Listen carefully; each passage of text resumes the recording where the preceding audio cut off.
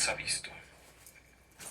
Y los rumores dicen que en un mercado de una plaza ha vendido algunas cosas, que en otro lado ha vendido otras, que en otro lado ha vendido otras, y así sucesivamente. Se entiende algo muy tenebroso. Un buen día, Luis Blanco llega a la casa, toca la puerta y pide pasar. Se sienta a la mesa.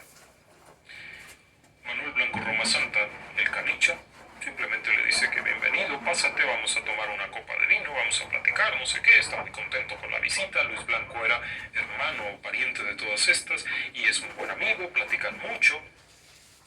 En un cierto momento, saca una pieza de pan con la que va a compartir y saca una navaja grande.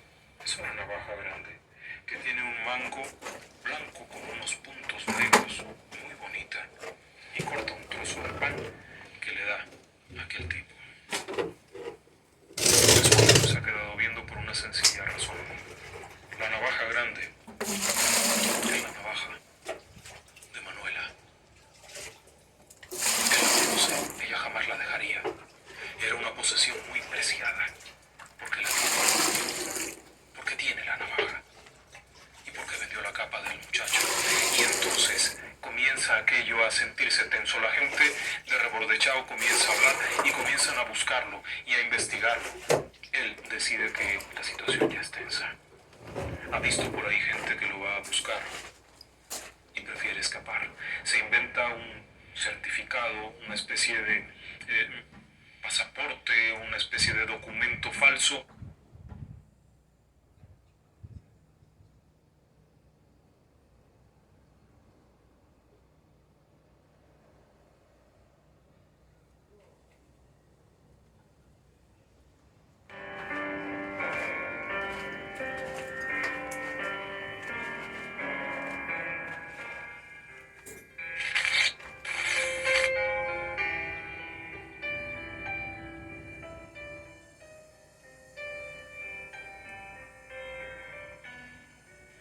El 23 de marzo de 1854, el juzgado de Allariz, en Ourense, en la provincia autónoma de Galicia, en España, dictaba sentencia final a un juicio que había tomado apenas 2 años. Ten en cuenta que en el siglo XIX no había teléfonos, no había internet ni computadoras, así es que 2 años en un juicio era algo increíblemente rápido. La sentencia que se estaba dictando era la pena de muerte. Se sentenciaba a pena de muerte por garrote vil al hombre lobo. Sí, al hombre lobo. Y es que, de acuerdo con todas las indagatorias, este sujeto había sido acusado de al menos 13 crímenes, 9 de los cuales se pudieron acreditar, o por lo menos eran sobre de los cuales pesaba la sentencia. Cuando se gira la orden, se le envía la notificación al verdugo para que organice lo que sea pertinente, y la respuesta que regresa al juzgado es un poco incómoda, porque el verdugo está informando que el garrote vil tendrá que ser modificado. El garrote vil que tienen no se ajusta a la estatura de este sujeto, porque voy a guardar el la hombre lobo cortadora resulta ahorita. apenas medir, sin calzado, unos 1,35 m. Así que el ajuste con el que cuenta el garrote vil no da para tanto. Por otra parte, la complexión del hombre lobo no es lo suficientemente robusta, lo que hace complicado ejecutarlo. Será necesario enviar a aquel armatroste a que le hagan algunas modificaciones. El juzgado da instrucciones para que el verdugo se encargue de ajustar el artefacto aquel a la medida del ejecutado, es decir, que sirva para ejecutar al hombre lobo, que apenas mide 1,35 m de altura. Mientras tanto permanecerá en prisión. Pero el 13 de mayo de 1854 ocurre algo inusual. Una carta llega al juzgado de Allariz, enviada por el ministro de Justicia de aquel entonces. Es una carta muy impresionante porque es una carta que viene de la reina Isabel II de España, con la cual no hay que meterse. Es una mujer de cierto temperamento, ha estado librando guerras napoleónicas, ha estado por todas partes, es una persona con un temperamento muy fuerte.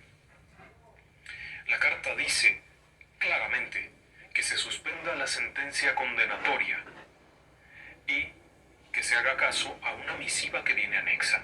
Junto a aquella carta de la reina Isabel II viene una carta de un tal Mr. Phillips, que ha sido enviada por el cónsul de Argel, en África.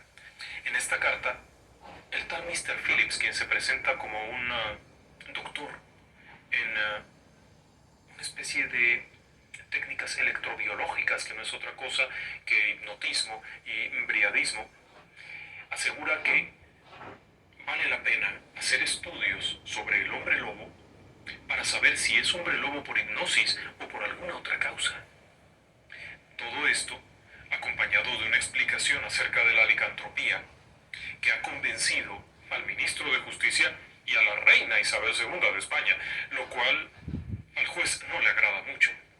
Por supuesto, a la defensa tampoco le parece que tenga ningún sentido todo esto. De acuerdo con la carta, se deben de prestar todas las facilidades para que el señor Phillips entreviste al hombre lobo y haga los arreglos pertinentes en pos de la sabiduría y del conocimiento científico. Para el juez de Allariz aquello no tiene ni pies ni cabeza, así es que bueno, habrá que evitar ajusticiarlo, pero habrá que enviarlo a otra parte. Se decide enviarlo a Ceuta, a la prisión de Ceuta, en donde pasará cadena perpetua. Hasta su muerte deberá de estar allá, sabiendo que en Argel estaba Mr. Phillips, pues que fuera a verlo allá, cosa que nunca ocurrió. De hecho, Mr. Phillips no era en realidad Mr. Phillips, sino el doctor Joseph Durand de Gross, al que nunca se le dio permiso de entrevistar al hombre lobo. Es curioso, pero el hombre lobo salvaba la vida por el momento. Y al decir por el momento, es que apenas unos años después moriría de cáncer de estómago estando en la prisión de Ceuta. La nota del 14 de diciembre de 1863 mencionaba la muerte del hombre lobo de Allariz. Sí, todas las veces que he repetido hombre lobo es porque así se le denominó a este sujeto. El sentenciado era conocido como el hombre lobo de Allariz. En realidad los crímenes no habían sido cometidos ahí, por lo que también se le denominaba el hombre lobo gallego, o el hombre lobo Roma Santa, o el sacamantecas, o el hombre del unto. En realidad, se trataba de Manuel Blanco Roma Santa, un sujeto que había sido capturado en 1852 y que había sido acusado de múltiples homicidios. Este sujeto, cuya estatura efectivamente apenas alcanzaba el 1,35 m estando sin calzado, había sido considerado como una verdadera bestia. Para muchos investigadores se le considera como el primer asesino serial de España. Un caso que ha llamado la atención durante mucho tiempo. Tenga en cuenta que esto tiene 170 años, más o menos. Por lo menos desde la muerte tiene 147 años, o una barbaridad así. Así que debe de haber sido un caso muy particular. Los encabezados de los periódicos de aquel entonces hacían gala de los horrores que este sujeto había cometido y explicaban cómo había matado a sus víctimas, cómo se las había comido. La acusación y el sobrenombre del hombre lobo no era fortuito. Durante el proceso que se registró en el archivo número 1778 de Galicia, Roma Santa, como también se le conocía, Manuel Blanco Roma Santa, aseguró durante los interrogatorios que a las personas que asesinó no las asesinó en su forma humana, sino en su forma de hombre lobo.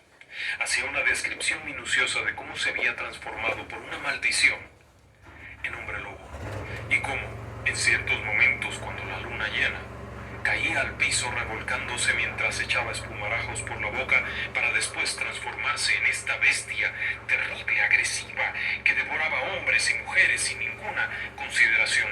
Durante ese proceso, el 1778, que se conserva todavía y del cual se puede acceder incluso a una copia o a una especie de resumen, una reseña, se explica que este sujeto, tras su captura, confesó plenamente los crímenes, pero bajo esta situación, asegurando haber sido bajo la forma de hombre lobo y no haberlo hecho solo. No pierda de vista estos detalles, todos estos detalles son interesantes. interesantes, porque Manuel Blanco Roma Santa aseguró que él no era el único hombre lobo.